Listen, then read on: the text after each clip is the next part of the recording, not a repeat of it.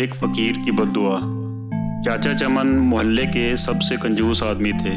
ان کے گھر اگر کوئی مہمان چلا جائے تو رسمی گفتگو کرنے کے بعد پوچھتے کہ چائے تو نہیں پئیں گے نا آپ، نقصان دہ ہے۔ ہاں شربت تھوڑا گرم ہے، چلے گا کیا؟ سموسے والا تو ابھی تیل گرم کر رہا ہے، کافی وقت لگے گا، آپ کہاں اتنی دیر بیٹھیں گے؟ مہمان بیچارہ یہ سن کر شرمندہ ہو جاتا۔ ایک دن دوپہر کو کسی فقیر نے ان کے گھر کا دروازہ کھٹکھٹایا۔ چاچا چمن نے دروازہ کھولے بغیر پوچھا کہ کون ہے؟ فقیر بولا، بیٹا مہربانی کرو، مجھے 10 روپے دے دو، میرے پاس سالن ہے، روٹی لے کر کھا لوں گا۔ جاؤ جاؤ دفع ہو جاؤ، نہیں ہے میرے پاس اتنے پیسے، پتہ نہیں کہاں سے ایسے بیکار لوگ آ جاتے ہیں مانگنے کے لیے، کھانے سے دل نہیں بھرتا۔ چاچا چمن نے بیچارے فقیر کو خوب باتیں سنائی۔ فقیر مایوس ہو گیا۔ آخر اس کی زبان سے بددعا نکلی کہ اللہ تجھے ہمیشہ کھانے سے دور رکھے، تو بھی کچھ نہ کھا سکے۔ اتنا کہہ کر وہ چلا گیا۔ چند روز بعد چاچا چمن کے معدے میں شدید درد اٹھا۔ درد اتنا شدید تھا کہ وہ تڑپ اٹھا۔ گھر والے ان کو ہسپتال لے آئے۔ ہسپتال میں چاچا چمن کے مختلف ٹیسٹ ہوئے۔ آخر معدے کا السر تشخیص ہوا۔ ڈاکٹرز نے ہدایت کی کہ 10 سے 15 دن تک ہسپتال میں رہنا ہوگا تاکہ مکمل علاج معالجہ کیا جا سکے۔ ہسپتال سے گھر واپس آئے تو کمزوری سے نڈھال ہو چکے تھے۔ کوئی چیز ہضم نہیں ہوتی تھی، دہی بھی کھاتے تو قے آ جاتی۔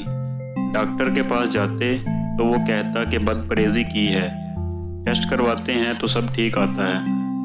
دوا باقاعدگی سے استعمال کرنے کے باوجود طبیعت سنبھلنے میں نہیں آ رہی تھی، رنگ پیلا پڑتا جا رہا تھا، تھوڑا سا کھانے پر بھی الٹی آ جاتی۔ چاچا چمن کی راتوں کی نیند اڑ چکی تھی، ان کو موت کا خوف ہونے لگا۔ ایک رات سوچتے سوچتے انہیں نیند آ گئی۔ خواب میں دیکھا کہ پلاؤ کی دیگ کے قریب بیٹھے ہیں اور سب کو چاول بانٹ رہے ہیں۔ صبح اٹھ کر چاچا چمن نے گھر والوں کو اپنا خواب سنایا تو انہوں نے مشورہ دیا کہ غریبوں کو کھانا کھلائیں۔